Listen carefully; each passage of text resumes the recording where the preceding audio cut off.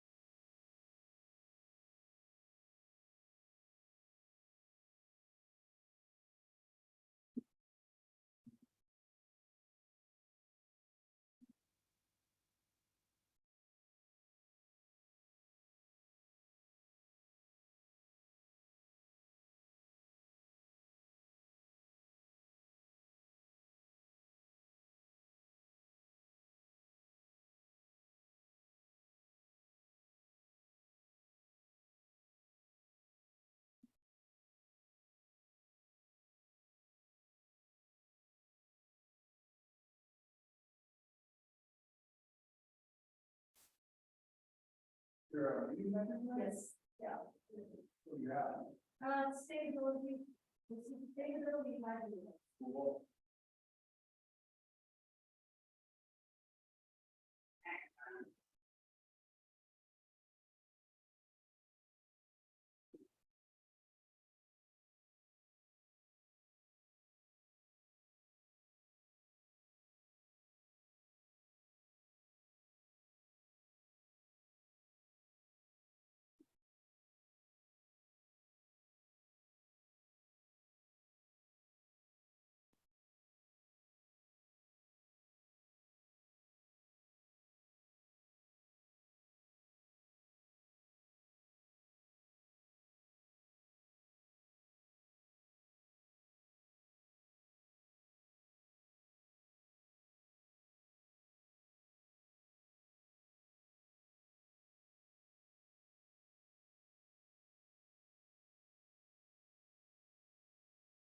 How are you, Kenny? I'm good. Hopefully my phone has a reminder Oh, forgot? for the meeting. Oh, yeah, it was all over my plan for the day and then, you know, Things changed. the day took over. Time is it? Okay. Well, we're gonna, yeah, there is one up there. There's over there at that end? Yeah, Okay. yeah. Because you can use that door too. I always have that unlocked as well. Oh, okay. Yeah, yeah. Lock it to the rail. Yeah, yeah. No, we have a bike rack out there. We're gonna be short Angela, Vicky, and JT tonight. Yeah. I'm not sure about Dana or Joyce. I haven't heard from them. So.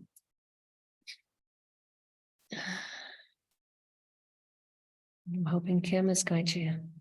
So Dave has Dave will be here. done the heavy lifting. Yeah, yeah, we'll see what's, I sent this over to Kim and so see if she has anything to add or to it. I haven't had a chance to read it. Tomorrow's the first concert, so I've been working on this concert stuff. I went through the whole thing. It was a good synopsis. Is that? Yeah. Good. Good. I have not had a chance to look at it.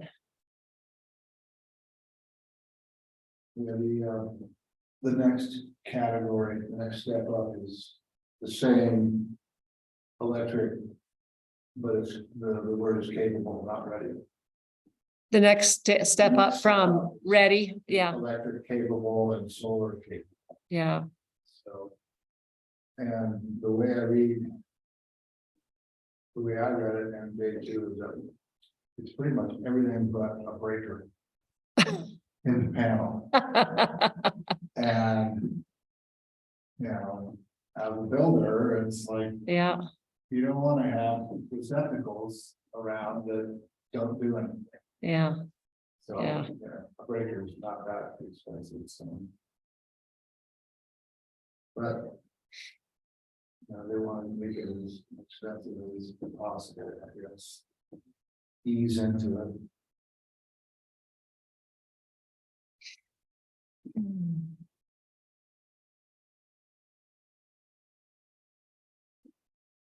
How are you doing? I'm doing fine. It's been really busy. Yeah. Summer's just like, it's July, for goodness sakes. I don't get it. Yeah. It's true. It's true what my mother has said to me for years. It goes by faster every year, every time you get older. Yeah, that's right. This year was, yeah. Yeah. Hey, where's Kim? Kim is usually on time.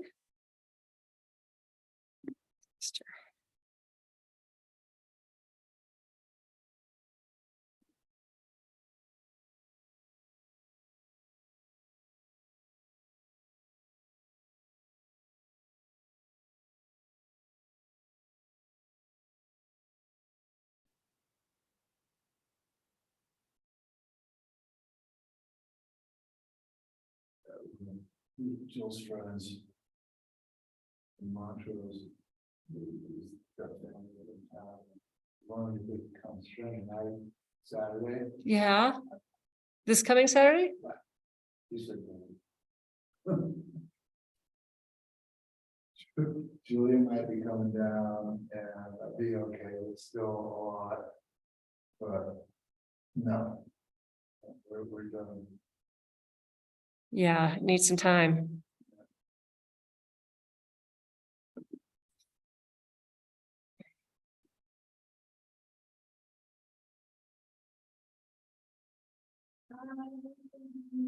Meeting plans that we can put here and there.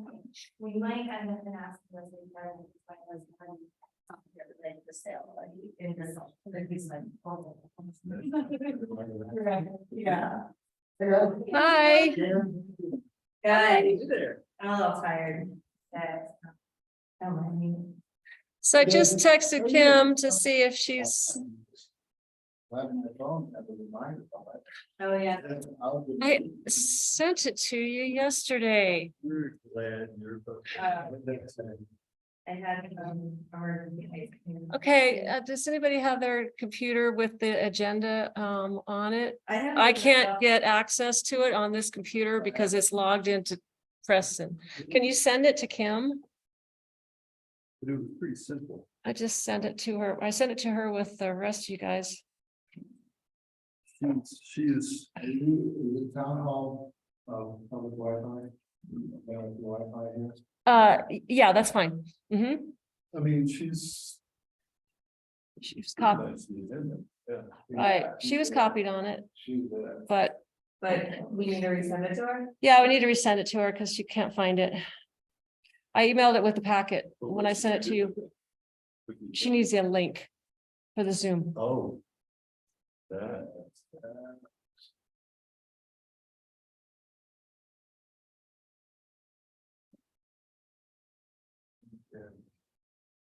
I can find that. Let her know what's your ego action.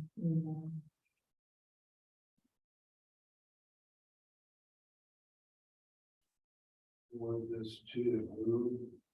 Joy just sent. You got it? Mhm. Hey there. Yep. Yes. Joyce, no, Joy. Sorry about that. No, I said, yes. I would. You are fine. So I'm gonna wait till she gets on before we open the meeting. Oh. Really? She, I don't know. So now, it sounds like we're missing at least two. Three, we're missing three. Who else? Wow. Yeah, JT, Joyce and Vicky. Joyce is here. I'm sorry, JT, Angela and Vicky. Is Dana? I don't know about Dana. I haven't heard from her.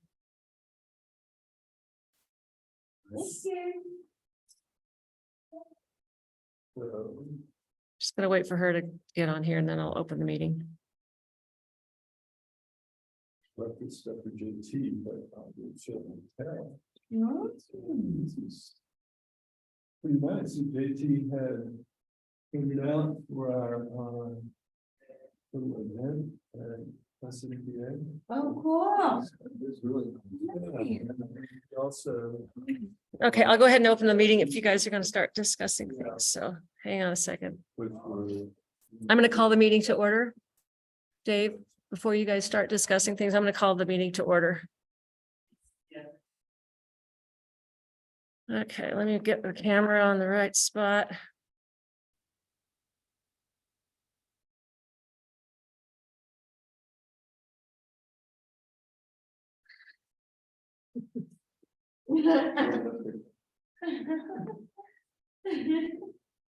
Okay, we're going to call this meeting of the Ridgway Sustainability Advisory Board to go into session on Wednesday, July 5th, 2023 at 5:07 p.m. I will do a roll call. Joyce, Here. Ken, Here. Dave. Here. At this point, Dana is absent, Angela is absent, Vicky is absent, and JT is absent. We won't be taking any action tonight anyway, so. And I'll go over that, why we won't be doing that tonight. Good. Let's see. Oh, she'll be joining in a few. Okay. Yeah. She says she's catching up on emails for being out of town, so she didn't get my email from Friday. So she said thanks. So do you want to tell us, well, you can. Well, first off, this is just an informational meeting. We still have a process that we have to go through. It's got to go through public comments, public outreach. We've got to talk to stakeholders. So the process will be, this is for anyone the public who wants to participate in this public meeting today to get a chance to probably first look at this for the first time. So the way that it will happen is we'll go through all this. And then once the process is done, then we will need to get together and make a recommendation to council after going through the different processes to either move forward with it, which really is the only choice, but. I don't know, I mean, my thought was that we would recommend that the town move forward with the process, you know, and obviously if we recommend it to the town that they adopt this, Mhm. there's a process, we understand Right, that. mhm. So it's not, we Mhm. recommend that you vote and adopt it, and we recommend you start your process and Mhm. move forward with it. I don't see, you know, any reason not to recommend that the town move forward with it. Well, the town will move forward with it. I thought you wanted to recommend that the town adopt it. Well, I'd love for the town to adopt it, but I think. We're not at that point. Yeah, right. Yeah, yeah. So, I mean, you know, I mean, we don't have the power, we can recommend the town adopt it, Right, but exactly, the town needs to go through the process. Exactly. To adopt. yeah. So, I mean, we don't have a quorum tonight, but if you, we are going to move forward with it. But what I can do is I could just do a verbal, to Preston to have it put into the council packet, saying that, there was no quorum, but they are recommending that we move forward. Angela assigned me as her proxy. So I guess that would give us 4, that would give us. Yeah. Maybe Dana will. be- Yeah, let me talk to Preston about that, because his first reaction to us doing anything tonight, making any action, was not to. So I will just Yeah, bring that forward to him, and then I'll reach out to you guys. He's out of town, otherwise I would have talked to him today. He's on vacation. I mean, it just seems like to me that us making a statement that we recommend. the Sure. town move this forward. I don't see any reason, and it doesn't hold. It's just a recommendation to the town. The town. Right, then needs to right. Follow the process, Right. so. Well, Uh, it sounds like the town's already planning on going through the process. They are. Not recommendation or not, they're still gonna, you know, they're presenting to the public, it's gonna be available for Mhm. public comment. Correct. Deb, if there are folks that, I guess, you know, there's a lot of entities that may be looking at this. Yeah. If they request modifications to the existing model electric code, so. Hang on a second. Let me get her they, on. This is going to be a question for Kim, Okay. because if there's not any changes that are requested, I don't know what that process is. Yeah. Hi, Kim. We can adopt. Hi Right. there. Right. So I don't know that there's anything they can do. Right. Request all you want, but the rules are, Right. we can adopt them. Hi. Hey, Kim. Hi. You see everything? Everything's good? Yep, I can. Okay. Did Sorry. you want to, we just called meeting to order and was just discussing, these guys are wanting to make a recommendation that council move forward with this code. So we were just discussing that, and then Joyce had a question about, I'm going to let her ask you this question as far as if.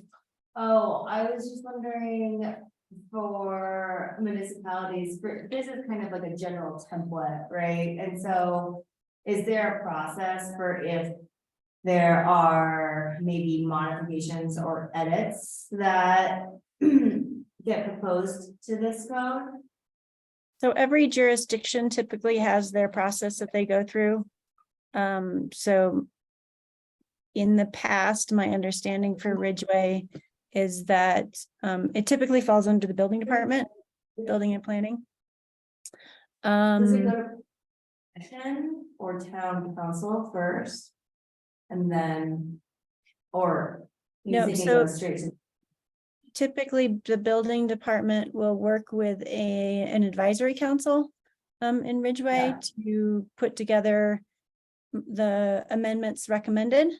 And then once that advisory council agrees, then it gets brought to town council, and then the town council goes through their readings and it gets adopted. That's the gist of what I understand, and it's pretty consistent with the other jurisdictions in the region. Our building. And Kim, correct me if I'm wrong, but for this model electric ready and solar ready code, the only changes that can be made by a jurisdiction are in the scope of administration. Chapter 1, you can change that to fit your current administration with the caveat that section 102, the waiver and variance has to be accepted as written or totally removed. And then there are a couple of other things that they left for towns to decide. So, you know, what's a remodel, the few little things around the edges that they left for towns to decide, but otherwise you can't change the language. Right, but Well, this is, well, let me add to that. So what is a remodel? What types of buildings fall into which section of the code? Again, Ridgway probably and should have a process for, and already have decided that for the existing code. So that is likely already there.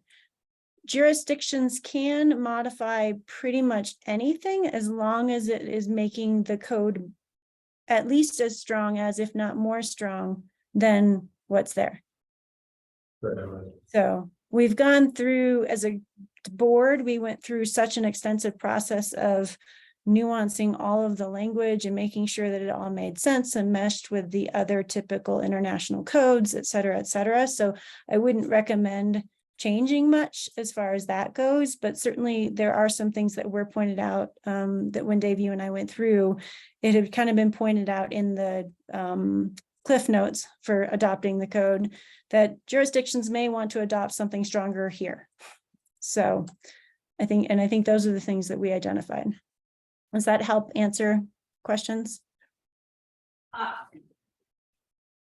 Not specifically, I mean, I think for us, it was just more of, that this is like a broad spectrum code, and so I was just wondering like what and I think that it is probably presented to the planning commission and town council and stuff like that, but this is a broad code, and I'd say it needs to get like refined a little for Ridgway. So say, for example, like when I looked at your clip notes, like you had talked about, you know, if your cost exceeds 1%, you know, your initial thought is like, oh, is 1% too low for them to get a variance, right? So like that might be something you propose where you're saying, well, for Ridgway, really 1% of construction costs to waive some of these like EV requirements or solar electric requirements may be too low, and maybe you want something higher. And then like we have a code within ours where it's like buildings that are greater than 10,000 feet or 10,000 square feet have, you know, is kind of the breaking point, but really in Ridgway, most of our buildings can't exceed 5,000 square feet. So really like this code should be reviewed and modified to make it fit within our town. And like some of these parking requirements for like R2, blah, blah, blah.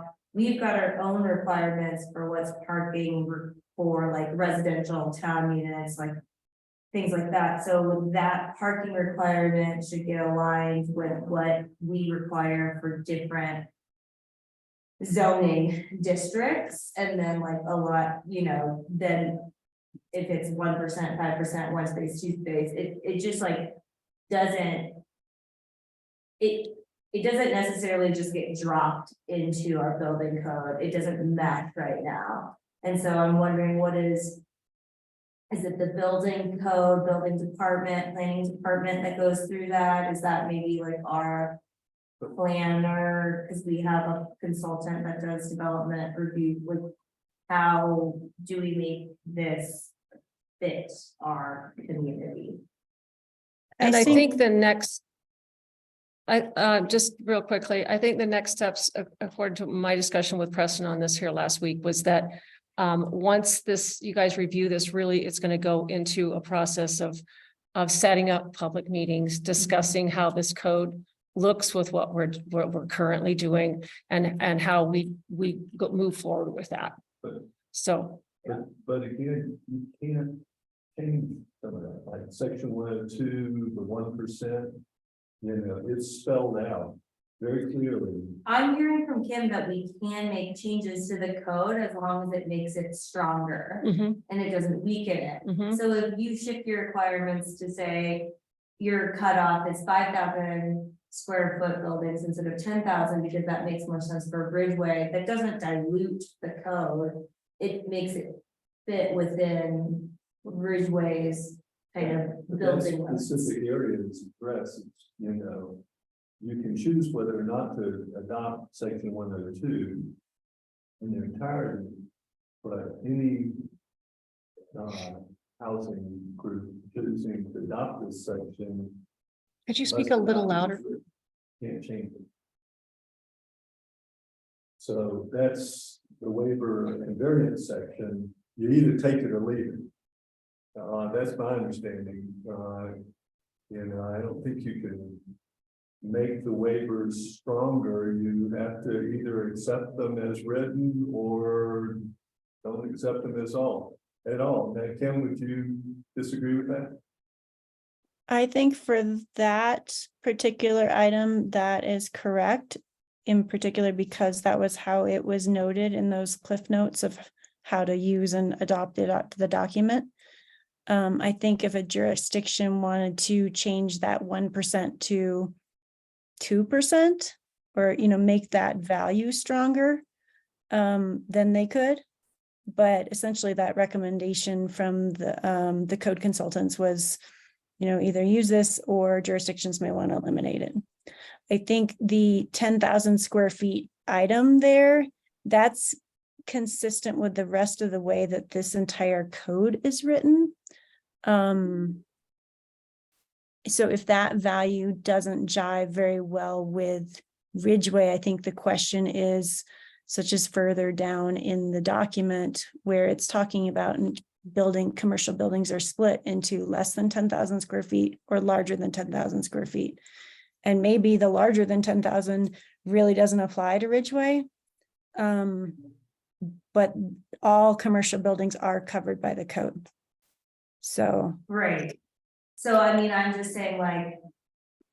For Ridgway, really like. We don't really accept anything larger than 5,000 square feet, so it makes more sense maybe for like. That 10,000 to maybe get replaced with 5,000 for it to make sense with our. No. code. So you're saying, like, we can't do that, we just need to leave it as commercial. Buildings greater than 10,000 square feet, and then Ridgway just really would utilize that part of the code at all. Until we have buildings that are greater than that.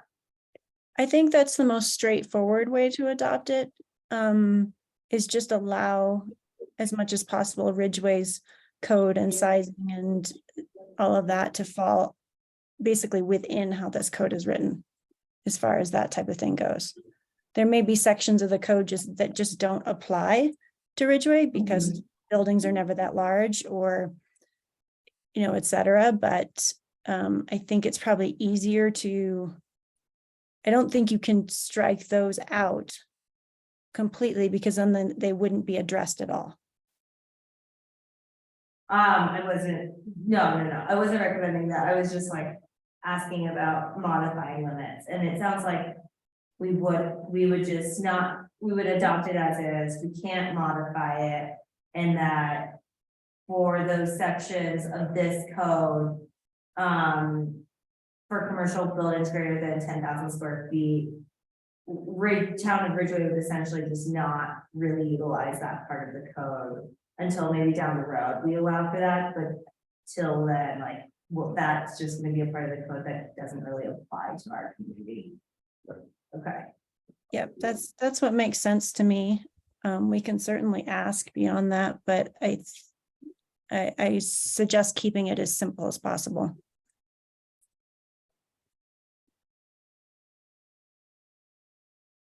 Okay.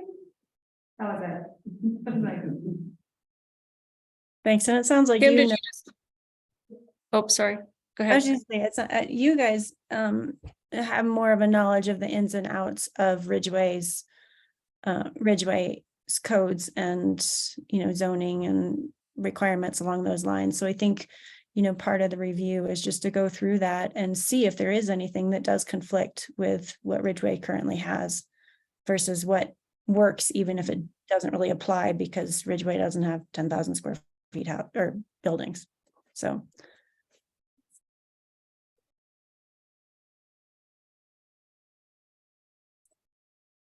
So Go ahead.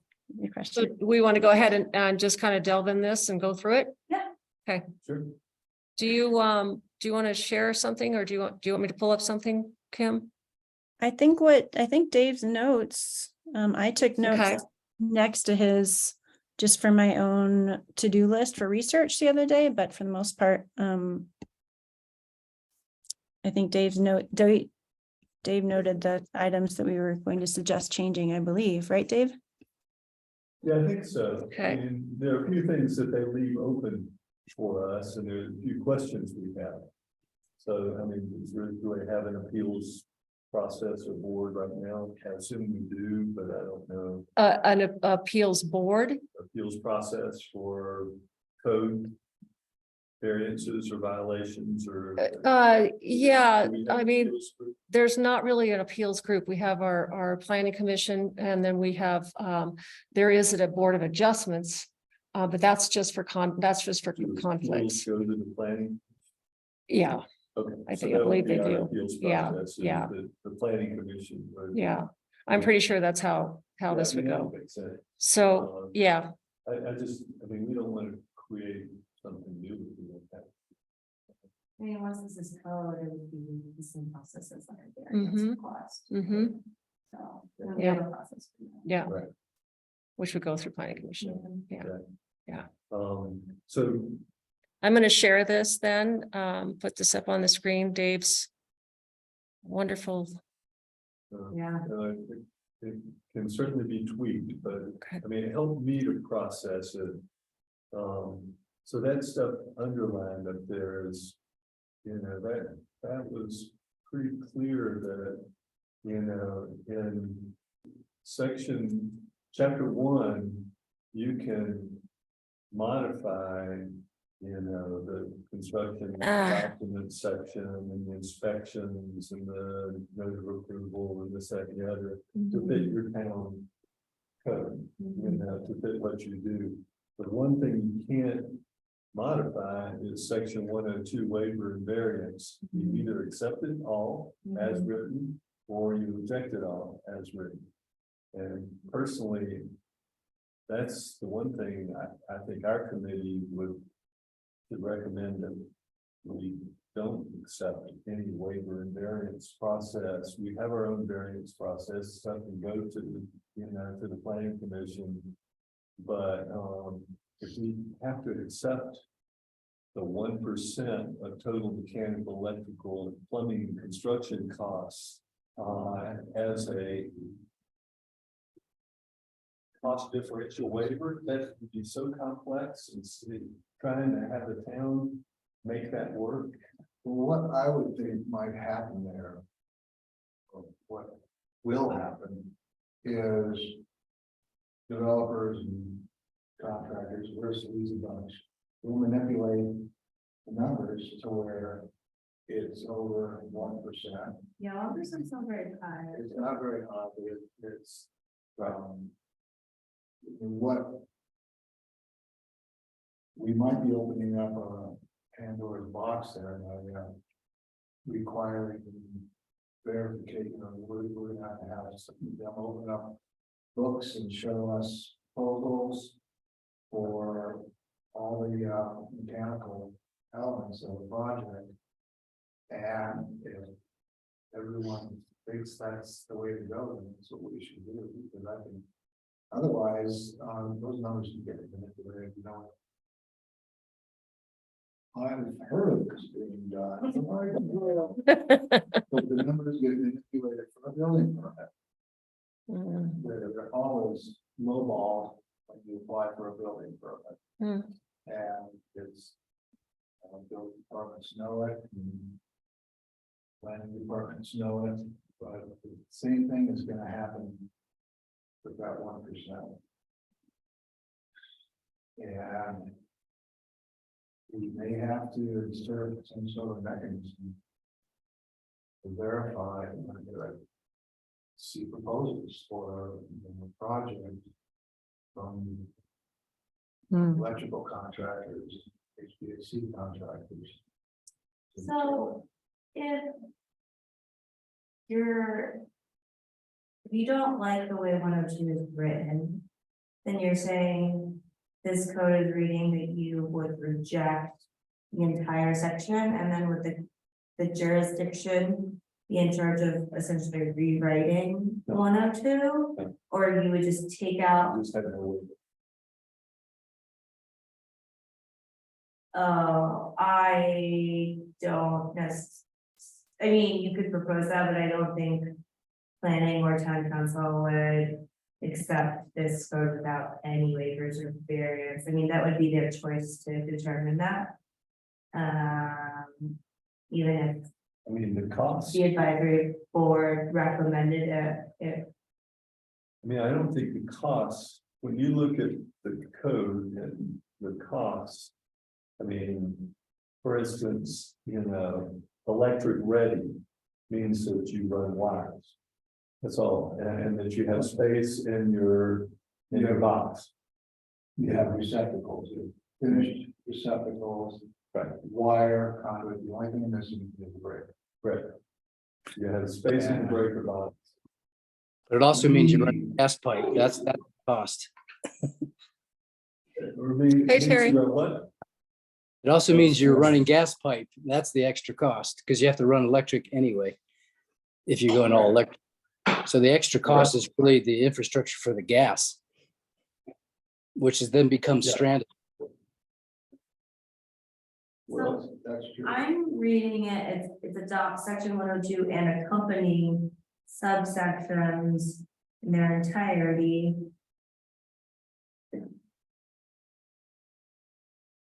So those are the So, subsections. yeah. There. But how are you reading it in the sense that the town, the jurisdiction couldn't write their own waiver and variance? Like I'm reading it as like reject 102 entirely or accept it in all of their subsections, but I just don't feel like it's super clear that the town couldn't have any like add to this to have any of their other waivers and variants. Seems clear to me, but maybe Kim can get some clarification on that from some of her team, Yeah. you know. You understand what we're asking, Kim? Not exactly. It's kind of gone in circles from my understanding.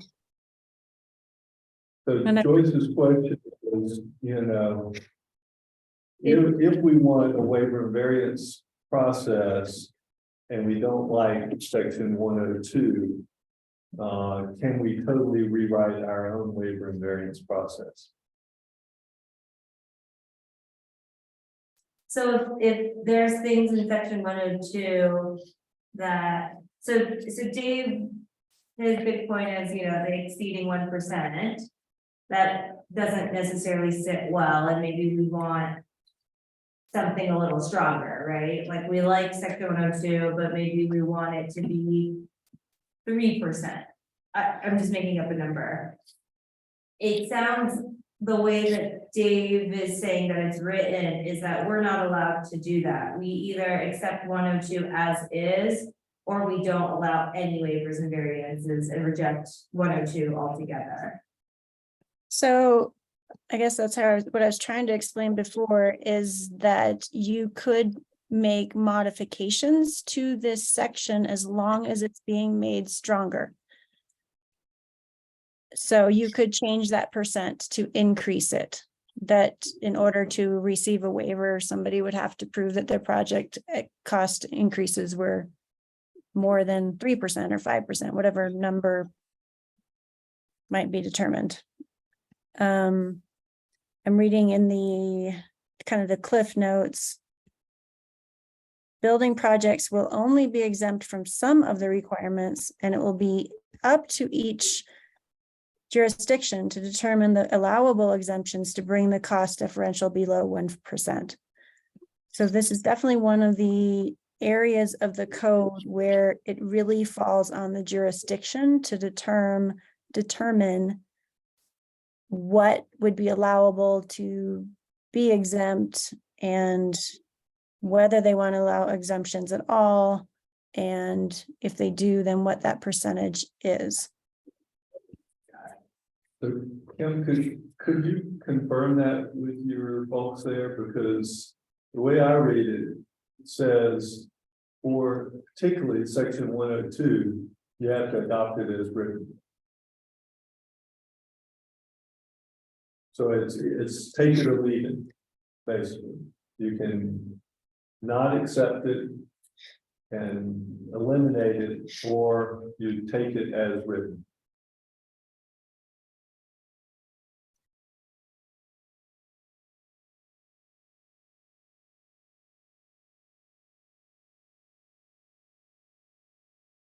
Okay, here's another statement. A jurisdiction may amend chapter 1 however they wish, with the exception of section 102 and accompanying subsections to align with their existing building codes.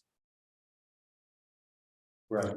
As with other That's what- sections, a jurisdiction may choose whether or not to adopt section 102 and accompanying subsections in their entirety, but a jurisdiction choosing to adopt section 102 and accompanying subsections must adopt them as written. So you're correct.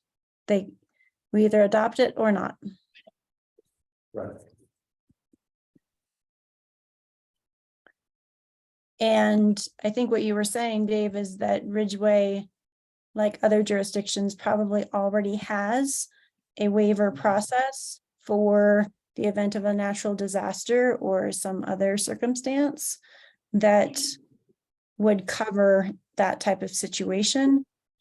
If in the adoption of this code, Ridgway determined to just eliminate section 102, then that would cover that type of situation. Yeah, because commercial buildings, that doesn't really apply to us. Everybody is concerned about natural disasters. But the big issue is the cost differential waiver. And, you know, I agree, if we could increase it to 10% or whatever, you know, what's a reasonable number, I don't know. Well, But- I think 1% is actually, I'm sure a bunch of research has gone into this, and Terry might agree with me on this, but it's basically the cost of wiring a range and a dryer for electric ready, and for solar ready is the cost of wiring. And not even a breaker, it's just conduit wire and a receptacle space in the panel. Right. And to me, that cost is probably 0.5% of a project, if not less. It's not of the total project, Because it's just, well, it's just mechanical. it's not, right? yeah, it's of the total mechanical budget for the project. And I don't know, what do you think, Terry, of wiring for a dryer is maybe $500, something like that? And it's a lot cheaper when you're building. Oh, absolutely, And and you don't need conduit if you're doing it when it's raining. right. And I mean. When Yeah, they yeah, pass most- the- Most wiring these days doesn't go in conduit. It's just all Romex. Yeah. So it's, you know, if you do it during the framing process, there's no conduit unless it's, you know, exposed, so. It's basically the cost of the wire, the receptacles are super cheap. Breakers are a little pricey, but you don't, $50 for but you the, don't have to put it in. right, Yeah, right, you don't have to put it in. so they're trying to make it as cost effective as you can. So it might be, you know, a moot point, it might not. Yeah, like I said, I think the real cost of going solar ready, electric ready, rather than just all electric is the cost of putting in the gas pipe. That's way more expensive than just running electric. And if you have to run the electric anyway, the gas is really the cost adder. Absolutely. Correct. Yeah. And our hope is that if they're gonna run electric anyway, then they will go all electric. Yeah. And eliminate their gas. But why, if you were building a house, which I did in the last 3 years, I would be flabbergasted to have to run both. I would just pick one. And that begs the question of, well, why would we require this interim step? Why don't we just phase in all electric with a time schedule that's appropriate rather than making this a two-step process? In other words, why aren't we more effective than this requirement? I mean, that's something that the town council could do, that would be wonderful. But if we upgrade our building code, we are required to adopt this. And Yeah, personally, I think- we in every other community, and that's my Right. point, is I thought we were trying to be a little more progressive than Hey, just default. guys, we've had this discussion, we've gone Right. around and around on it. And I think what we agreed upon in the last meetings was to establish a schedule by which we would adopt this so that we got the 2021 IECC and these requirements from the state in place before the end of this year. We would establish a schedule for required all electric that would work for the town by the end of 2024 or whatever date that would be agreed upon. So I suggest that in the interest of time, we stick with that plan. Agree, thanks. There's a one provision while we're on the subject of the wiring that I just put in a call to Josh at Alternative Power. I'm not clear on because I haven't been in the solar installation business for a few years, but the one provision in there that says about having space for the solar breakers. Typically, when you put solar, you backfeed a panel, it requires that you do, there's a rule called the 125% rule, which means the panel has to be sized to 125% of the total current going in and out of the panel, which means there may be a need for the panel to be larger, separate from the actual physical space for the breakers. It has to be rated at a higher amperage. And I don't know the specifics of that anymore. I recall that was a requirement. So my question, mostly for Kim, I think, is were there any solar contractors involved in your panel that were weighing in on the specifics of what might be required other than the physical space for breakers? I think it also affects the amperage of the panel when you backfeed into a panel. I do not believe that we had a specific solar contractor on the board, but we definitely had quite a few consultants that were looking at the NEC code requirements in particular? Yes, electrical design expertise. A lot of people very familiar with solar and EV requirements. Okay. Because that is something I'd be curious to further vet. And maybe Josh will answer my call just to weigh in, but I do recall that the panel had to be upsized when you backfeed it, or it had to have enough headroom in it. And I didn't see any mention of that in the notes. That's good. I mean, I think that is an additional cost. Yeah. And I think some of those questions are key for us to make note of and then make sure that we address and get answered, whether it's in committee meetings or by individual experts in our locality. And on that same solar subject, I noticed that 300 square foot requirement. That's enough space for roughly a 4.5 kilowatt solar system by today's efficiency standards. And that's probably less than the average size solar system to go net zero. So that this requirement, the minimum, is not likely sufficient to go net zero if that ultimately is one of our goals. So it may be that Ridgway looks at going beyond that requirement and say we need 500 square feet of clear space. Again, another little technical detail, but you know, I operate my whole house on a 4 kilowatt system, but I live by myself. But an average household that uses roughly 1,000 kilowatt hours a month would require a larger solar system than this minimum space. If your goal is to go net zero, if it's only to go partial, you know, carbon neutral, different requirement. But again, and this is back to your comment, Kim, part of my influence or my pet peeve in this process is to go net zero ultimately, with all electric just being a stepping stone, and the all electric ready is a stepping stone to a stepping stone. But if net, yeah, go ahead. I think your point is well deserved to be considered, that we might want to increase that square footage requirement. That would certainly fall within the realm of what we are allowed to do.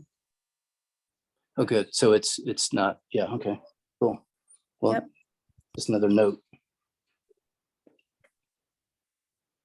Okay, so should we move beyond chapter 1? So chapter 1, again, we can change except for 102, and 102 is a take it or leave it, decide, read it. Right, I think we keep it.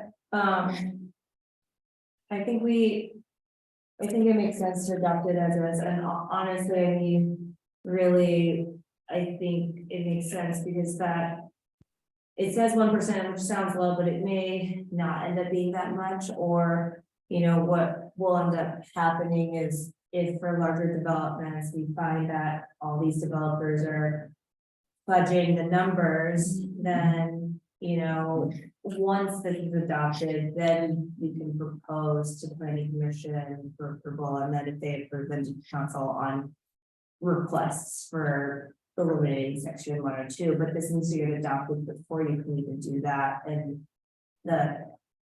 I think it makes sense to leave it in there, and if down the road, you know, we're finding that a lot of people are skipping out on it, because of numbers, then that's a modification to the code we can propose at a later time. So if I understand correctly, if Ridgway keeps that section of waiver and variance in, then the town has to go through the process of determining what will be allowed to be varied and what wouldn't. So I think it's a question for the planning and building department or the town staff as to whether there's already something in place that might guide that decision-making process. Because it really does, it could require a lot of labor and effort to kind of set those requirements. I agree.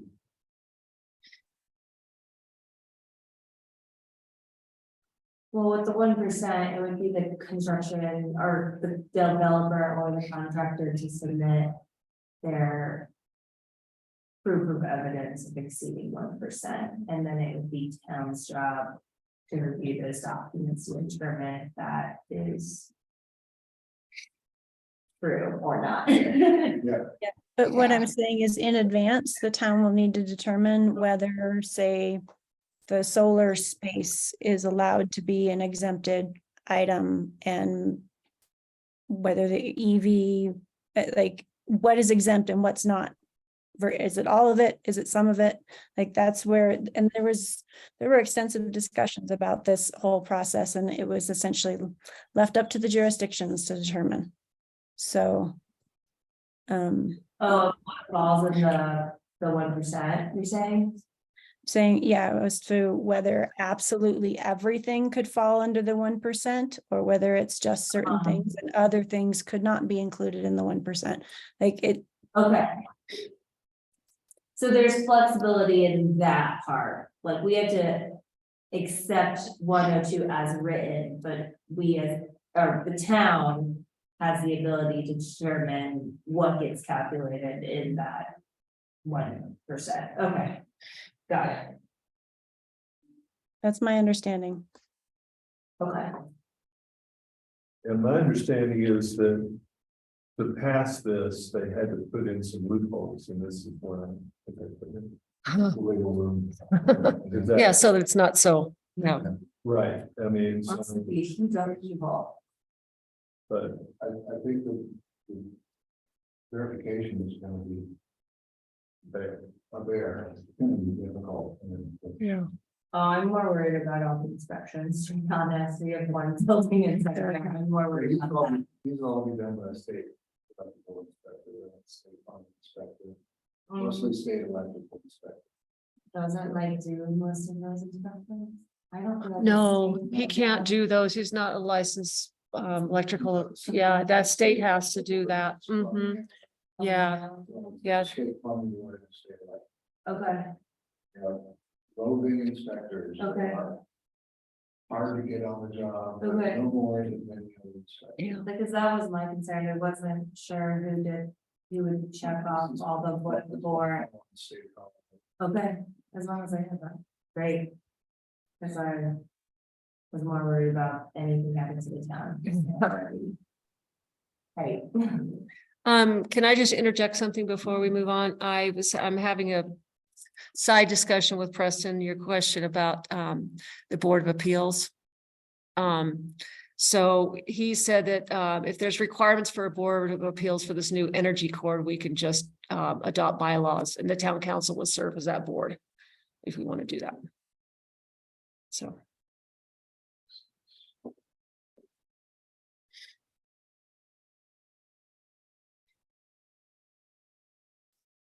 So we move on to Dave's next question here in chapter 3. Yeah, so chapter, What is a major renovation? yeah, what is it? If you're doing 50% of the square footage of your house is a remodel. Or 30%, is there a? And our code does have, our building code does have what is a major. Yep. Yeah, I don't know what that is, but we do have that. And is the, is it written, so that if you're above that tipping point, you have to bring the whole house up to code, or is it just?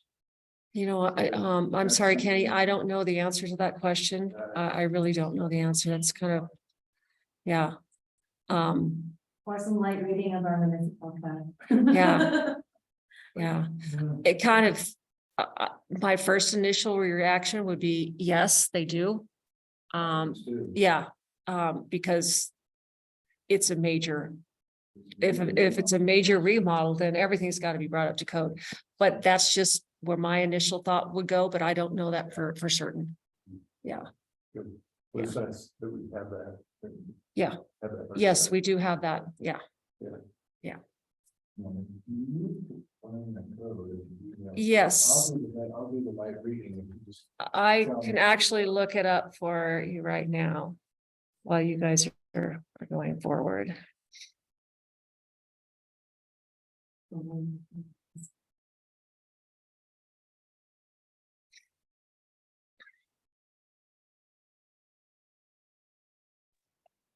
While Deb is doing that, I just got a phone call from Yeah, you Josh. guys can keep-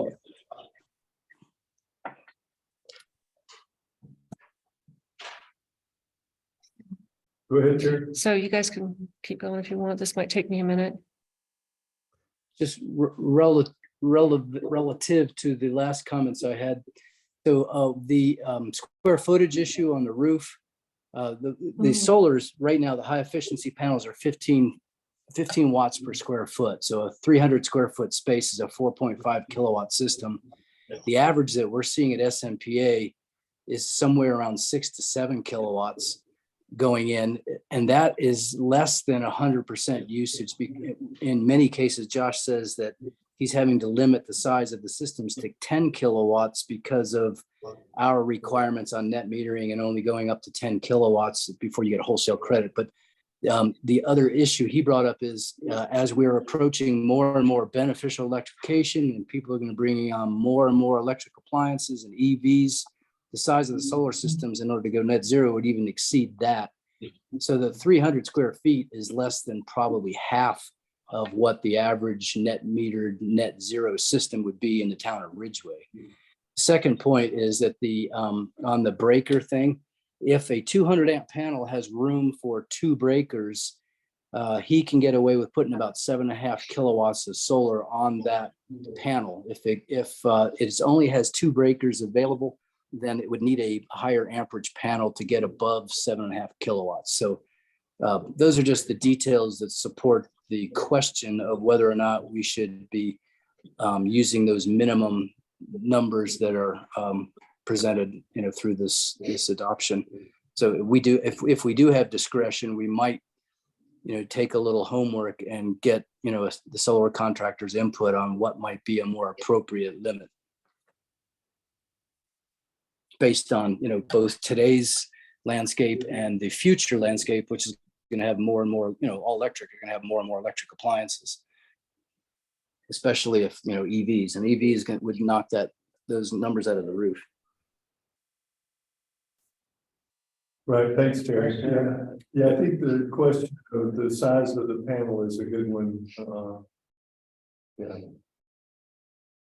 I mean, it's certainly cheaper to upsize it at the beginning rather than going back in and putting in a whole new panel. But what does that cost? Especially since they're typically recessed in the wall and you have to move drywall and other wiring, wires have to all be moved.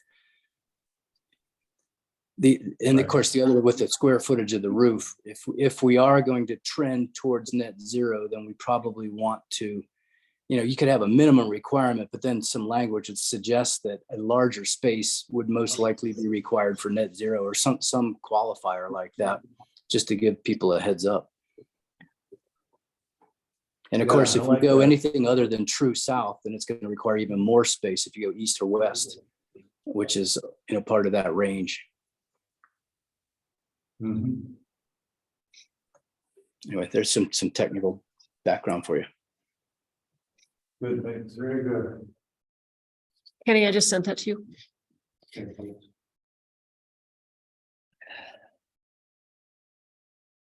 So as we keep going through this, electric ready, as Joyce pointed out, since we don't have commercial buildings over 10,000 feet, electric ready is really the same for residential and commercial. And it's basically having space in your panel, having a wire to the area where you have combustion equipment that terminates in a box that are flooded. And that's, they tried to cut the costs by leaving the breakers out. But the goal is to not have to retrofit all the houses. If they decide to start with gas, at least they won't have to retrofit to go electric. Questions on electric ready? Harry? Another question about. Yeah, Terry, did you have a question? the one thing that they leave up to us here, and I don't know how you get the answer to it, is, they require you to have space. If you install gas, you need to have space for future electrical heating and hot water heating. Space or hot water heating. But they don't address how much space. So I looked it up. okay. And I think the only real issue, the only space issue is for heat pump. Water heating. And they recommend, this is new, they recommend 750 cubic feet of space. Used to be 1,000 cubic feet, which is a lot. It's 10 by 10 by 10. So this is 10 by 10 by 7.5 foot ceiling for a electric water heater. That's a heat pump style. Oh, but that's not a requirement, though. I don't think anything's really covered. It's I think it's standard now. Right. I Does mean, that sound right, Terry? I think those requirements can vary based on the size of the equipment. I think these are details that we will probably want to put out there to our local equipment experts, just like on the solar system, get their input and bring it back for discussion. right, yeah, it's good to know that, although, people certainly could put on an electrical hot water on demand or a conventional electrical water heater. And so I doubt that they will require, 750 cubic feet of space. Although it'd be good to inform people, if you want to do this, this is what you need to have. Kim, what's the name of the new air source heat pump guy or the HVAC guy in Ridgway? I can't remember. Ryan with Grizzly Air? Yeah. Yeah, he might be a good one to approach on those questions. He might. I don't know if he knows a lot about domestic hot water systems, but if he doesn't, then we have others in the region that do. Cool.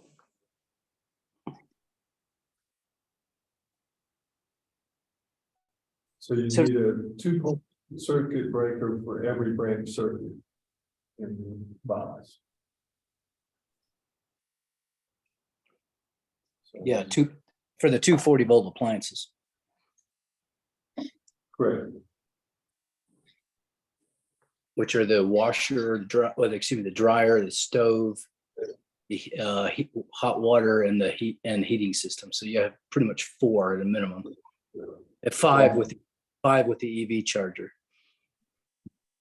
So that's 10 breaker panel spaces. And then you got. And then the solar, solar.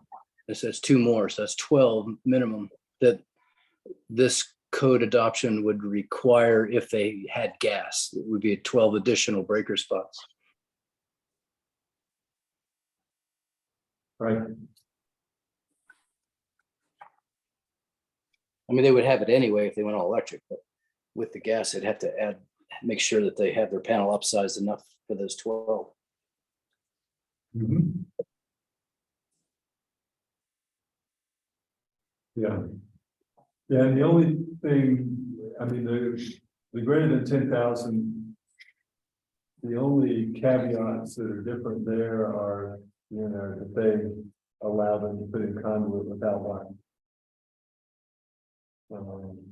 But since it's the only difference, that's the only real difference, and there's also in that exception section in the front, if you adopt that section, then there is a appeal process. If you have a bigger stuff. Right. Those are the only differences.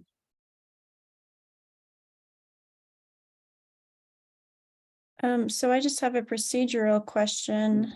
At this, I know that there's a timeline for this meeting as well as timeline moving forward. At this rate, we're not going to make it through this document of Dave's tonight. And I think my suggestion is essentially we've got kind of detailed questions that we need to reach out to experts on, some of which Dave and I came up with, others that are new from the input from everybody here. So I'm just wondering how best we move forward. Time Well, efficient. I think there are only 5 chapters and we're already on chapter 4. I don't think it will take us very long to Okay. go through this document.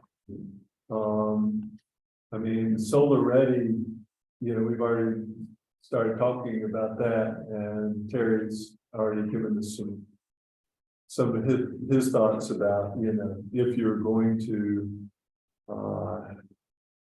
use 300 square feet, but suggest more, or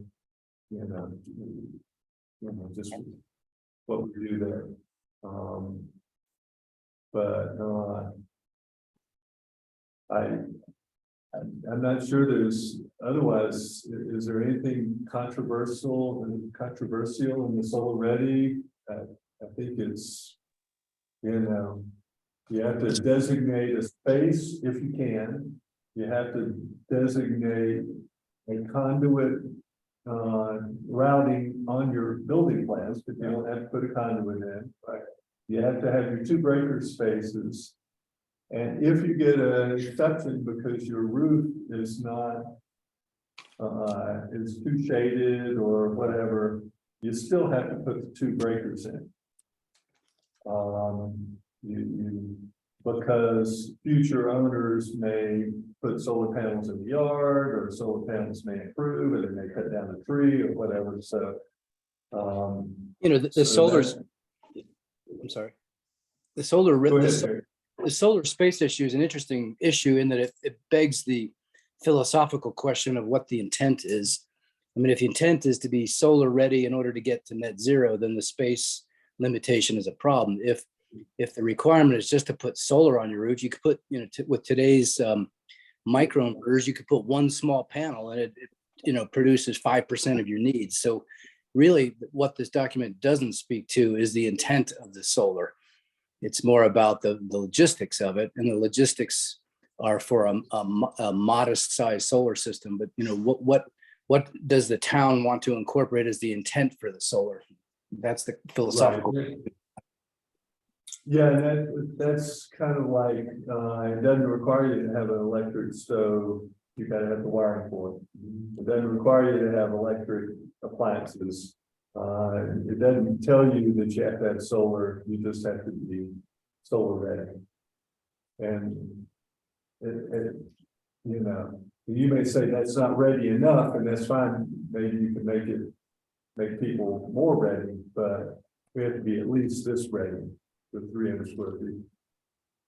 The commercial is interesting because they talk about 40% of the net roof area, and you can put it other than on the commercial building. So you can put it in the yard, you can put it on the, in the outbuilding, this within 250 feet, but they want 40% of the net roof area as your solar designated area. And they also, is this the one that they said that the commercial has to have at least a 200 amp bus bar rating in the electric panel. So this is the one that they, specified the electrical panel had to be at least 200 amp. So that's the summary there.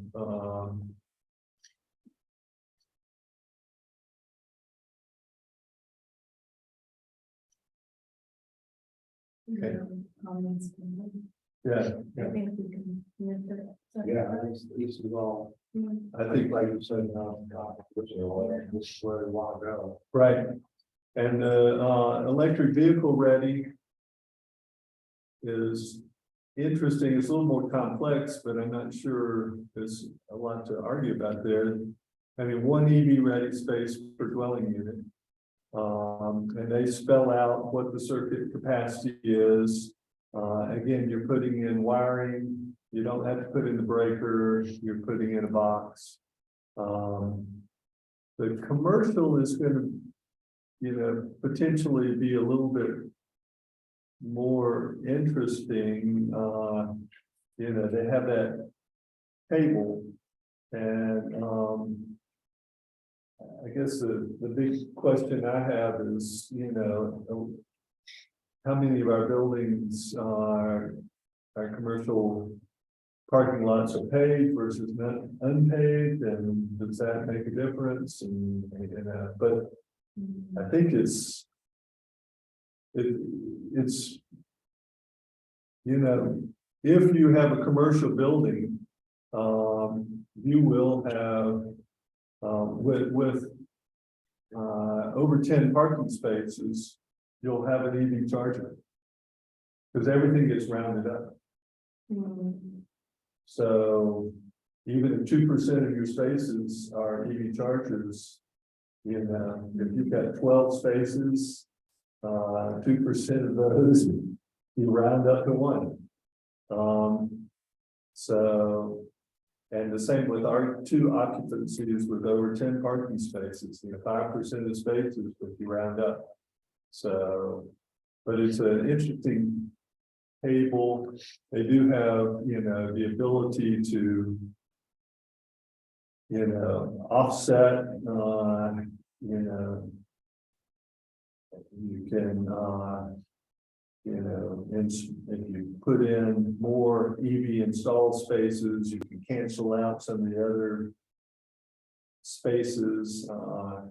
It's an interesting lexicon of definitions that they created.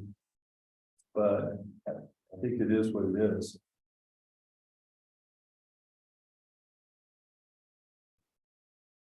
Any thoughts? Any on that, questions? Stacey? I mean, I think that this is one of those sections that once.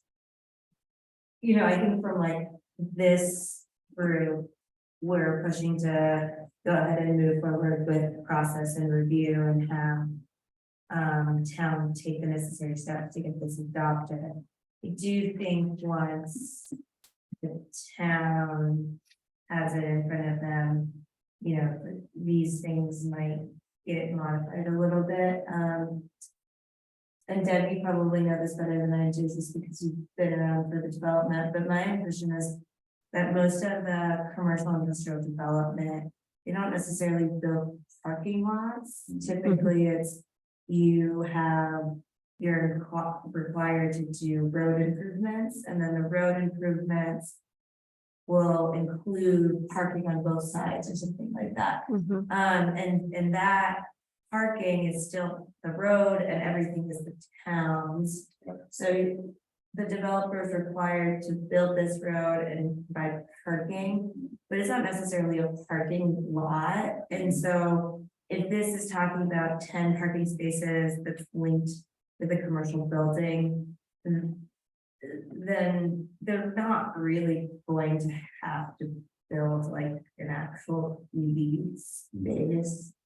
Unless But- they- but, you know, maybe what will make sense, and if that's something the town wants to require, that they could put a provision in there that says like, may require, you know, a full EV like space to the town's discretion or something like that, where it allows the town to have that authority, but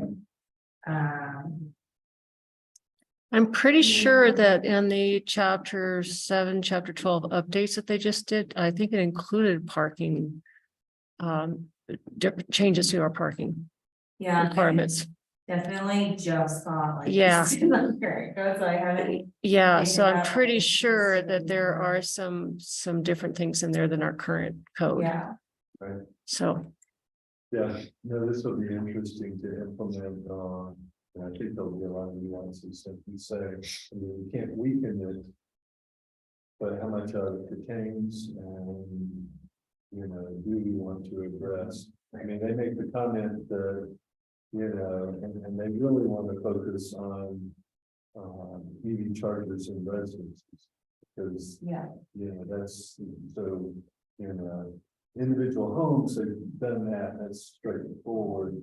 But the R2 buildings, mhm, like where you live, you know, yeah, I mean, yeah, I mean, which is great, I love that, it has an EV ready space, but. Yeah, I think that, you know, it would, like, even if we adopted this, it would probably still go through. The TJ and the. Oh, yeah. Planning, and they would probably review and make sure it dives with all the chapter 27 updates, Yeah, right? yeah. Okay. yeah, absolutely. Yeah. Yeah. So. And I'm sure that he would mark it up as well and say, like, hey, if it's gonna be interested in like. Being able to. Request like a EV space or whatnot. right. So I think that's the code. Kim, any thoughts or? No, nothing additional. I think we've covered the items that I'd made notes on the other night.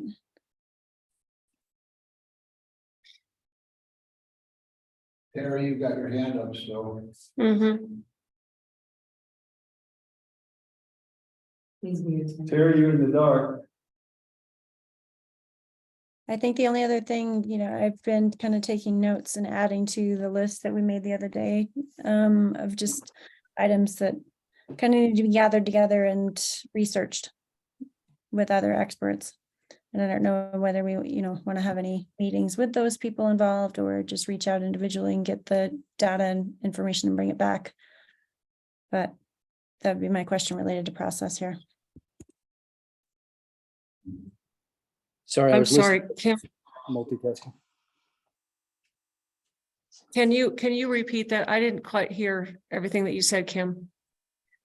So from my meeting with Dave the other day and then additional notes from now, there's a list of questions of things that we want more information about. Okay. And I guess it's just kind of a question of probably best based on, especially if we're reaching out to solar or mechanical experts, to just reach out to them individually and gather the input and the details, just like Terry did with Josh, since coming to another meeting for them would be probably challenging. So that we can bring that information back for discussion. Right. And the other one was on the heating space, correct? Correct. Yeah, So was there someone that that you can reach out to for that as well? I can reach out to Ryan at Grizzly Air, and if he is unable to answer things beyond air source heat pumps, then I've got a couple other mechanical experts that should be able to help answer questions. Okay. Kim, you want to share your list of questions with everybody? You just forward it to everybody on that mail group, I guess. You know, here's the questions that we identified. Good. Good idea. Yeah, essentially a lot of them we discussed tonight, related to what Ridgway's processes are, and Ridgway already defines things. The mechanical equipment space. The only other one that applies to Ridgway is kind of the question about what the cost is of EVSE. And that I'd had listed for to fall under the EV plan, which will be progressing as this code development progresses, so. Yeah, it was interesting to me that in the EVSE section, that the EV charger had to be able to connect to the internet. Most of us at home don't have chargers. Our cars can connect to the internet, but we don't have chargers that connect to the internet. But, now maybe that's just in the commercial sections. I may be. That's I what think I'm that's probably- saying, is yeah. it's in Yeah. commercial sections, and it was kind of one or the other, Energy Star certified or the internet connection. Right. It says and. Yeah, it said but it is commercial. Oh, I see. So- Okay. Exactly. I think that's what it is. So you can't put in a free charging station, and say, well, do I have to connect to the internet because it's free? No, you have to, it has to be able to be monitored. So. So that's a requirement, just like the town, the EV charger here is internet. Connected. I mean, it makes sense, because most of the initial ones, like you have to, maybe turn it off or something for it to get work, so it makes sense to have. Yeah. Yeah. And the days of free EV charging will go away and people will, get used to the fact that, Of course it will. Electricity, Be aligned to that. so. Good. Well, thank you, Kim, for joining us tonight. It's like, Dave, thank you for putting all this together. Yeah, it's quite, they really need this discussion. Yeah. Trying to figure it all out, and Kim has been really helpful. Like, she and I got together the other day before her rebel meeting. And just quickly went through some of these issues. Kim, is anything happening on the state level further with any of this? Not that I've heard of or seen. I think it's essentially out there and for jurisdictions to adopt. I'm sure Ridgway's in the first group to be looking at it, so it's pretty cool. Right, there's nobody else in our area that's looking at it right now. No, not in our area. Right. No. Good, it'd be great to lead the way. Yes. Bad, it'd be great if everybody would. Okay. Oh, bad that everybody said it, yeah. So, Okay. Well, thank you. Thanks again, Kim. Absolutely. Thank you, Kim. Great work on this. Yeah. I'm sure Yes. you're glad to have this one done. to move on to the next thing, right? Yep, I'm glad there's a break between this process and the next one that will start at some point. So, Yeah. Kim, thanks for all your hard work on this stuff. absolutely. No, Yeah. thanks. Thanks you guys for trying to lead the way for our region, because it'll definitely help prompt other jurisdictions to move forward and help guide the way. So. Great. Okay, Thanks all. We'll see you soon. thanks. Yeah, thank you. Terry, you still have your hand up. Did you have a question or you just want your hand up? Is It's just that. it stuck? Yeah. Oh. Sorry. And- Sorry, I was watering my plants. Oh. Terry, you got any parting thoughts? I just turned around to water my plants. No, I'm good. Thank you. Thanks for all your work on this, Dave. Good summary. Sure. Well, as Kim said, I hope we can adopt this year, and then we can lean forward to, trying to get to the end state that you envision, Terry, which is where we all want to go. Well, Yeah, in that context, I would like to, when we introduce it, when you guys introduce it to the council, I'd like you to introduce it in the context of set the ultimate goal of net zero. And these are steps working backwards from that, leading to that goal, so that we get the council, because this, when I originally introduced this in council, and what partly was the impetus of creating this committee, was the idea that ultimately our goal was to require all new construction go net zero. So I want to keep reminding them of that, so that we set, it's the rule of nines. You got to hear something 9 times before it sinks in. So, if we Yeah. preface all this as leading towards that ultimate goal, then I think it puts it in context. And even if it's less aggressive than I would like, I'm not the only voice. So but I think the goal ought to be stated and the pathway determined. And this is one of the steps. Yeah, lots That's of my- nodding. Yeah. So Okay. I do know that it is the intention of staff to make sure that we get the 2021 IEC adopted, as well as the energy code this year. And I know that Preston has kind of thrown out how long he's thinking all of this, because of all the public engagement and all the committees and stuff. He's thinking that he's shooting for November Okay. is what he's shooting for. So, And that then, was- and I know one of the pet peeves that I'm sorry, Deb. Oh, I hate this. That's Zoom fine, I'm lag. done. I know. Sorry, okay, I'll shut up.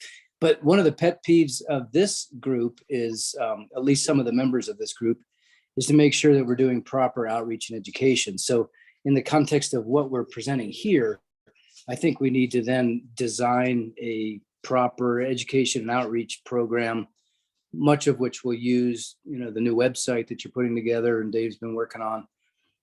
But, this is the fodder, this is the meat. Now we need the education to get people to understand not only this, but that, that whole pathway. And I still think the best way to do that is with a really simple line diagram of a timeline, proposed timeline, that this is, this is X on the timeline, but, Z on the timeline is the ultimate goal, and kind of show some proposed dates for how this leads up to that kind of thing as part of the education outreach.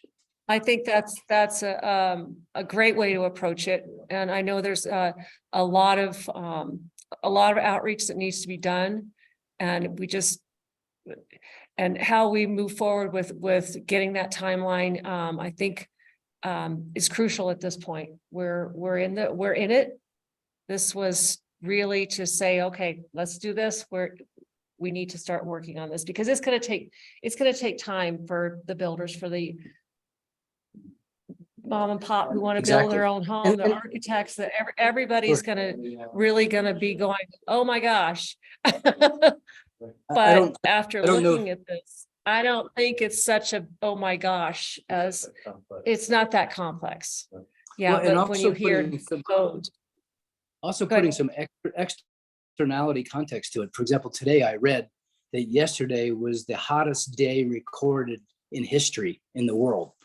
I mean, so, all of this is for a reason. It's not just that we're Right. trying to create the regulations and be, pain in the ass. That, this sustainability advisory board has sustainability as the goal. And, we have to paint that. We keep reminding people of the picture, the impetus behind all this. So, I think we could come up with a really clever, sexy way of, painting the ultimate contextual picture. And then these are some of the steps that your elected officials and your voluntary, sustainability advisory board members are working towards this big goal, of changing, we're kind of transitioning to the new energy economy, and we're trying to combat in our small pocket of the world, progressive change. And I think we need to just, we have to be a little bit progressive in the way we reach out about this whole thing. At least that's my very liberal point of view. I'm sure many of you share it, of course, but our residents don't collectively share it. So we have to paint it in a very judicious way, I think. Yep, thanks, Terry. Thanks for being there. Basically, it's salesmanship. Yep, yeah. yeah, keep selling. Right.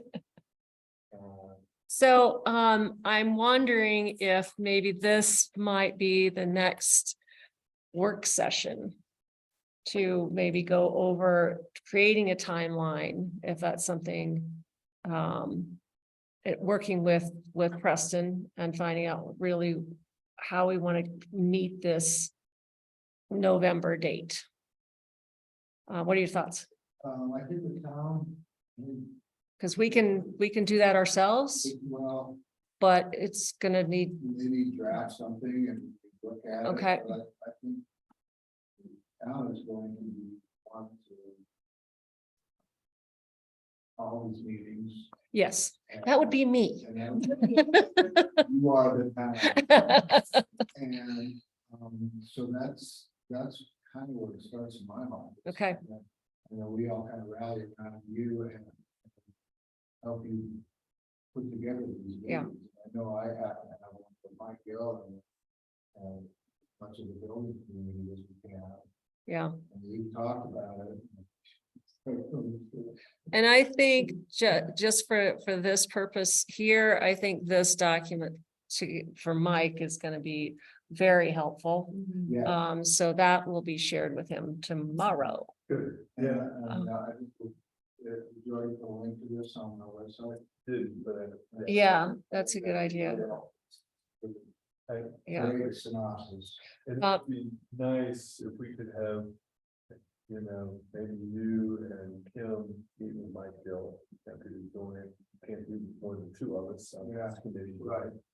But, because Kim talked about meeting with Mike, but I was thinking that you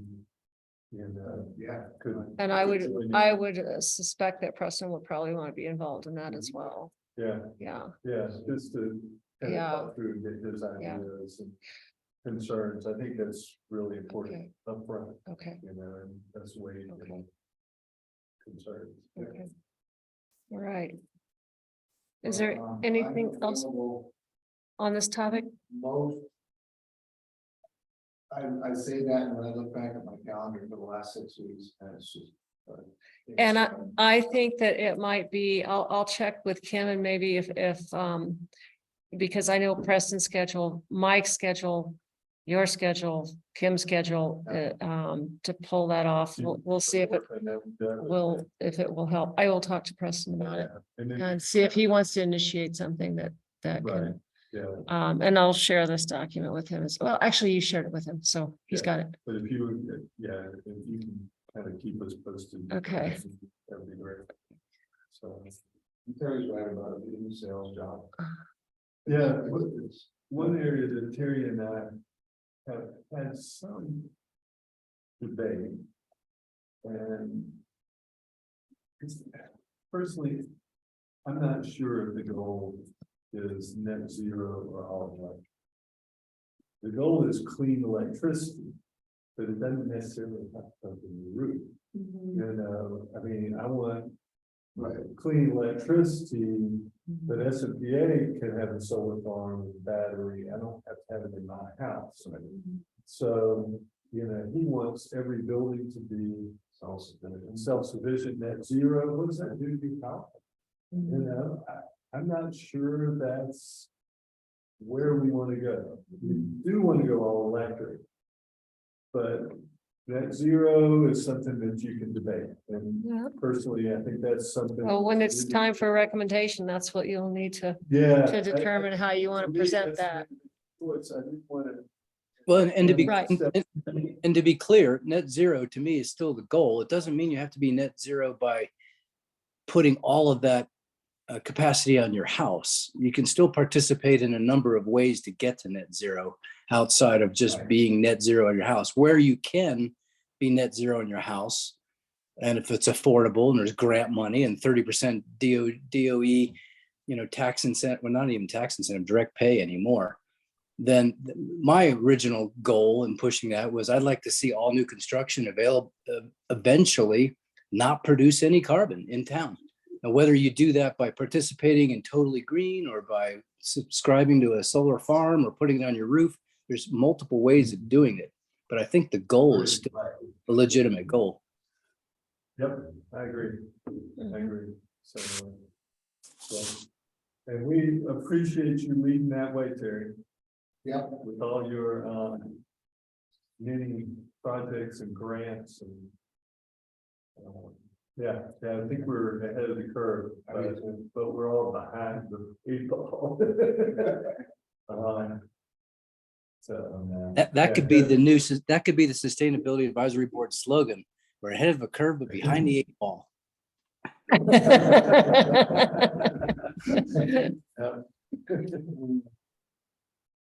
Okay, Deb, it sounds like. The town will take the lead on the next steps on how to move this forward, and then. Yep. Since you're our liaison, you would relay to us if there's anything that we can do to. support that. absolutely. Yeah, I'll have a discussion with Preston on Wednesday. Won't have it tomorrow. It's concert, First Crohn's concert tomorrow. So I'm going to be in the park all day and all night. So We don't have fun in the evening. I'm in the tent. I run the beer tent. Yeah. So, Well, I'm the big enough to- yeah, no, it's fun. It just goes by fast. I don't get to enjoy the music, but I am Yeah. taking off on, I'm going to enjoy it on Samantha Fish because I'm going to do that this year. Yeah. I'm going to be there for her. Mhm. Yeah. Yeah. So it'll be great. So hope to see you all out there. But yes, I will absolutely talk with him and we'll start getting some timelines together and keep you guys posted on that as well. Many of us as possible could attend those. I think Absolutely. it's good to hear. And I think that would be, I think that would be great. Yeah. So okay. Is that pretty much it on this topic? Okay. We're gonna just wait to approve the minutes until the next meeting, which is fine. And I did want to let you guys know, I'm not sure who had mentioned this. I think maybe it was you, Dave, about Dirty Sturdy at the concert series. So was that you? Well, I know. So I think it was me. somebody had requested that. Anyway, I was able to get Dirty Sturdy. He's been hired to do our recycling program. He's actually going to be participating and actually manning the stations. And he's got a staff member to help do that because the last concert series, we just had a sign on it and people didn't pay any attention.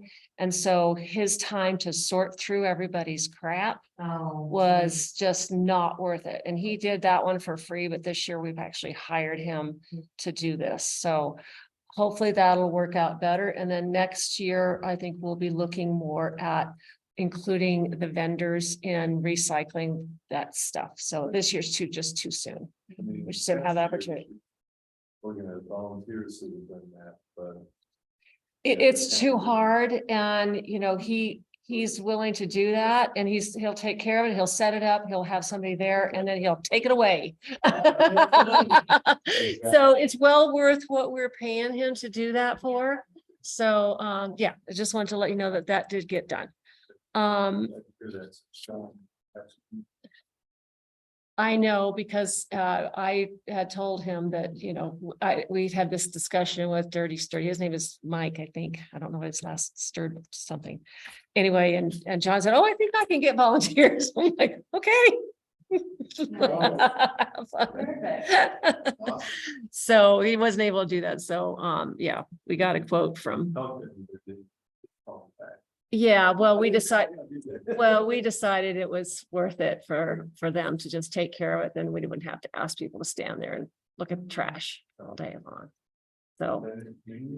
So as we were talking here, I'm gonna go ahead and you guys wanted to make a motion to move forward with this. Is that, Yeah, I don't care. I mean, we can't, the town is moving forward with it regardless. Okay, yeah. I think the big debate is going to be on that section too. yeah, You know, I think the other stuff is just stuff that we need to clarify. But the section 1 and 2 is going to be questioned.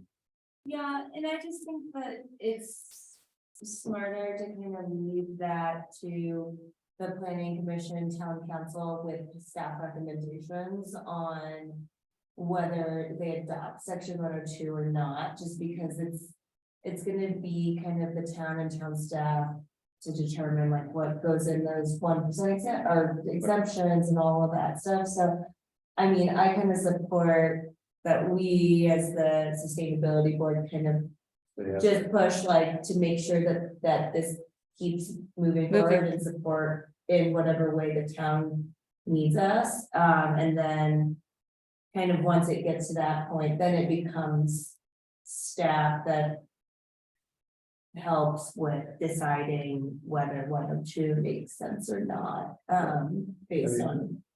Yeah, I hear what you're saying, and I mean, fundamentally, I don't think a lot of this is going to be real expensive. And I know being in a house that has gas, no electric, and I want to convert, and it would be so much expensive to convert. You know, it's so much cheaper to do it up front and not requiring to put in breakers. All they're doing is put in some wiring.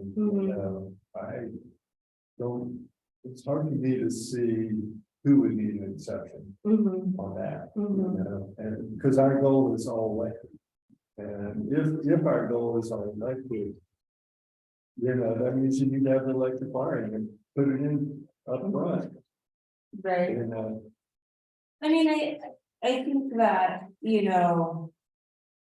And I guess, Deb, maybe you can tell us the process, like if.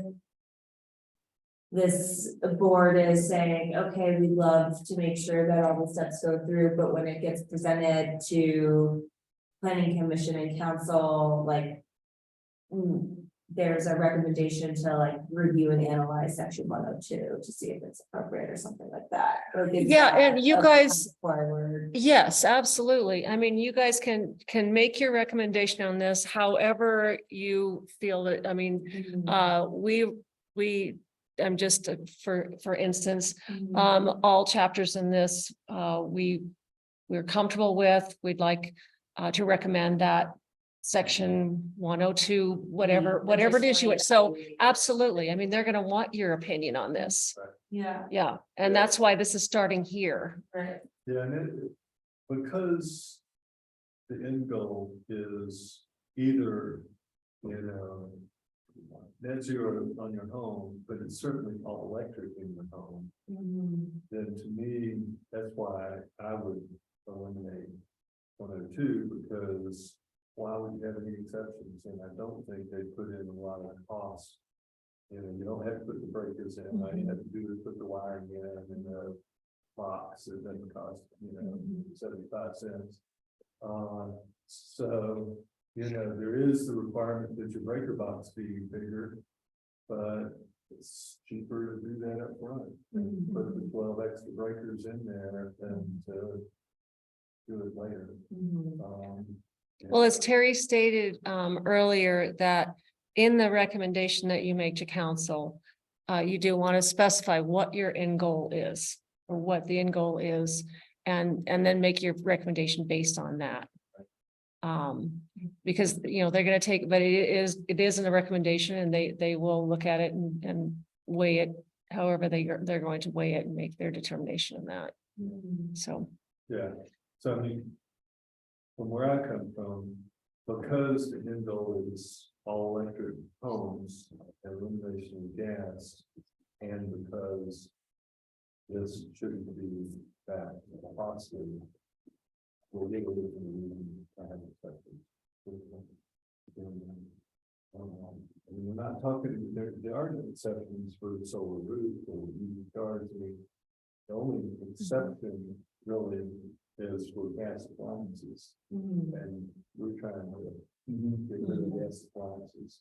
And so why would we not wire them to have the circuit there for the future if you choose to go gas now?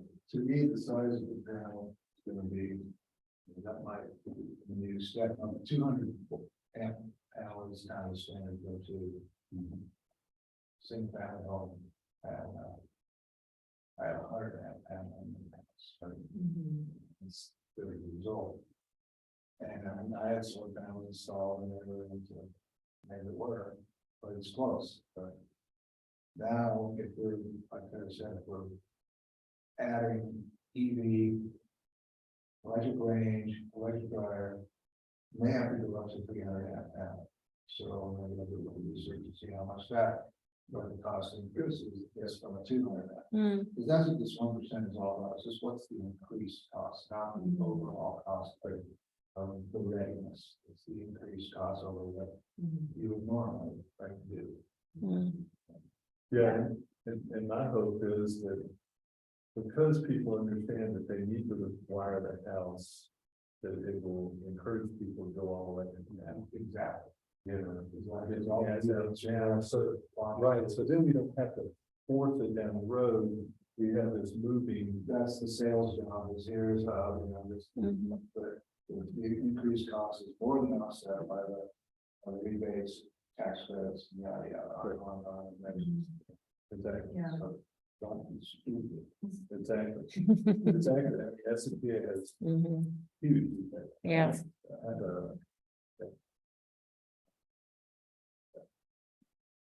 okay, so our item number 2 was just to discuss the sustainability conference work session. You guys had talked about that, and I thought there was going to be some sort of an like a Google invite or some dates to see if that was something anybody wanted to do, or do you guys want to just put this on the back burner for now, or what would you? I think it's JT's.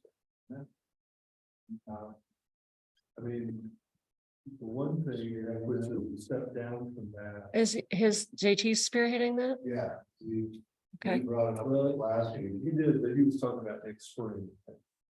That was out of this fall. Yeah, there were, Yeah, there was a, like this fall, and he kind of wanted to push it back, but. I mean, I think the one thing we may want to promote. Late summer, fall. Is an EV ride and drive. Type thing. And I'm trying to find out more about that, so the what is person- that exactly? So it's where people can come and see EVs, and talk to the owners and potentially drive EVs. Oh, okay. To get them exposed to, and you know, they've had Grand Junction just held one, they had one in Mountain Village, they've had one in Durango. There's a group in Durango that's funded to help push these out, and I of course responded with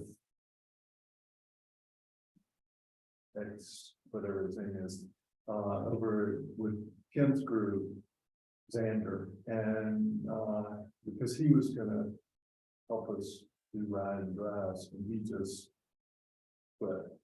Feedbacks and partners.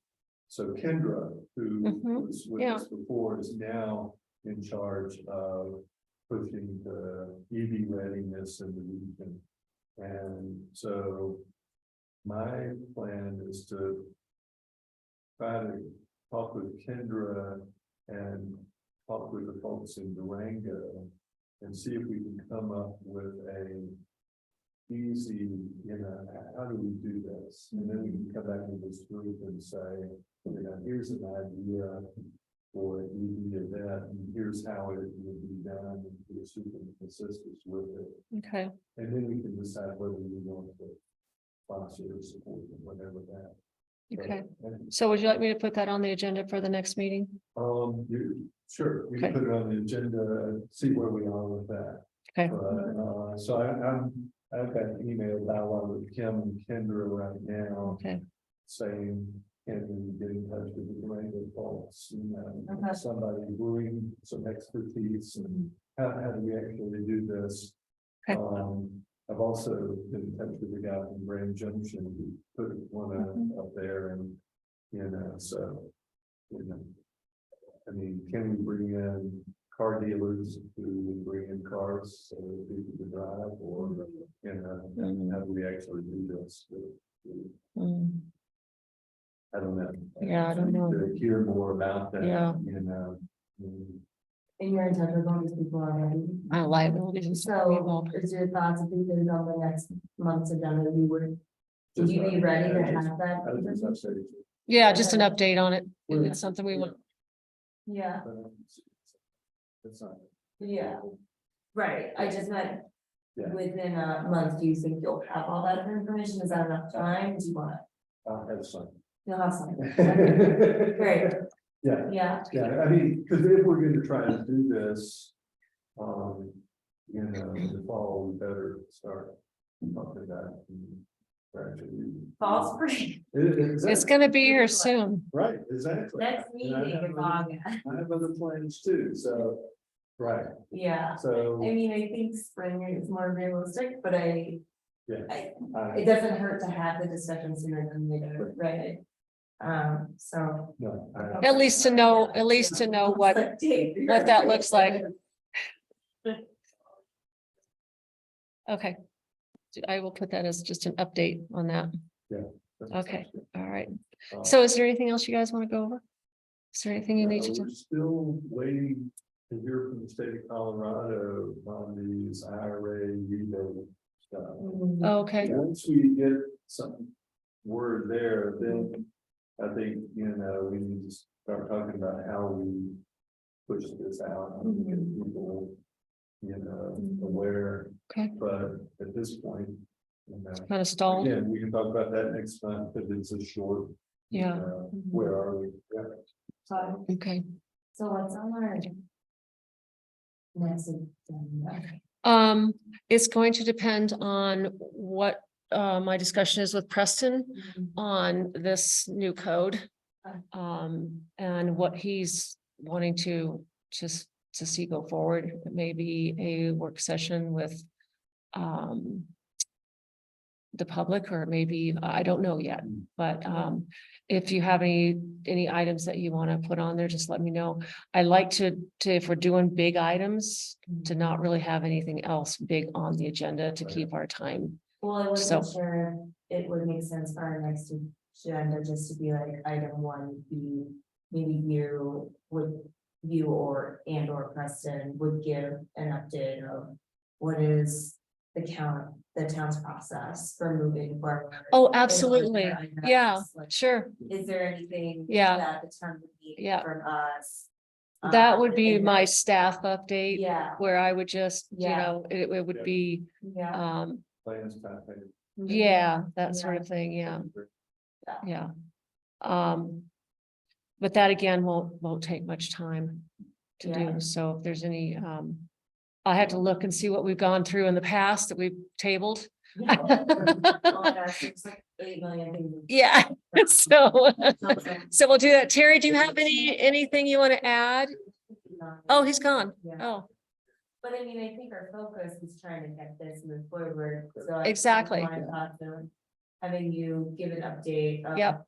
what's the path forward? Yeah. Kind of, if the schedule's November, like, you know, what steps need to happen, and then we, as a team, can figure out like, okay, do we, in the meantime, just try and do public awareness promotion? Mhm. Where can we help with that? And then also a little, I guess, clarity on, you know, I think Dave certainly wants to make sure that when town looks at it, that they evaluate section 102. I'm sure. Yeah, Oh, yeah, and just, yeah. and I don't know if that was something you wanted to And- specify. Yeah, I think Terry has, or Kim has a list of questions. Mhm. Yeah, and I think you asked her to share that with us, so Yeah, that would be good if she'd do Yeah. that. So, Yeah, absolutely. you want the logo? I did take that off of the agenda because it was like, I thought we had. That it is- on there. And Dane is not here, so. yeah. Well, that was honestly, that came back on because of the idea of doing a bag, a recycled Oh, bag. right. And having a logo on it. So, you know, at this point, let's just kind of put that on. I have a list of things that we've talked about that we've kind of brought up that we didn't really pursue. So, that's not really at the top of the list right Yeah. now. Yes, So, The um, the other thing that we haven't discussed. Is terms of office. You know, that, I mean, there is on the resolution to that created this committee. It does talk about terms of I office. know it does, and some of us have 1-year terms, some of us have 2-year terms, some of us have 3-year terms. We have decided who has what. Oh, you have not? No. Okay, well, I'll do that. So, you know, it would make sense to do it sooner than. Yeah, let me look into that, because really, we should have that. We should have that. We And need to probably. I assumed that was all in place. Yeah. And I know that, yeah, and different, who's the board chair and Yeah. that was kind of, Exactly. yeah. Board chair. So let me look into that, and that would be a quick little item we could do on that next meeting, is to just kind of get that clarified. Is Yeah, both chair, yeah, board chair, vice chair, Yeah. that's stuff. sorry, I was not aware that that was, That happened before. yeah, Yeah. no, yeah, but still, I did go through all the meeting minutes, but I don't remember that being. Yeah, because we need to have process so that you know who's stepping off and we can start including people. Yeah. just step on. And, yeah, and what does that look like? Is it, yeah, I don't know if there can be reappointments or if there's nobody else wanting to be on the board. So I don't know, I have to look into that. Yeah, I have not done that, so Right. don't know the answer. Okay, well, if there's nothing else to come before the board, I'll go ahead and call this meeting to close at 6:54. Okay, Perfect. thank you guys. Right. Appreciate it. Yeah. Yeah. Yeah, thank you guys for your work. So, Having this. yeah, so thanks. Yeah, hugely helpful. I mean, I met with Kim, because I was. It's funny because I did not know that you guys had met, so I sent it to her. Well, I copied you guys and said, you know, is there anything you want to? So when I asked her to repeat that list or repeat that, she said something about a meeting. And then I realized you guys had met. So I'm like, what meeting? Did I miss that meeting? That's okay. I didn't need to be there. I'm on this committee, I'm on level, which is renewable and beneficial electrification committee. I'm on the Southwest Energy Board, I'm on the. Yeah, you're like, Oh, my. like dark sky. And you're on the Parks and Open Trails Committee. And Those four are all having to do with this sustainability, right? So. oh,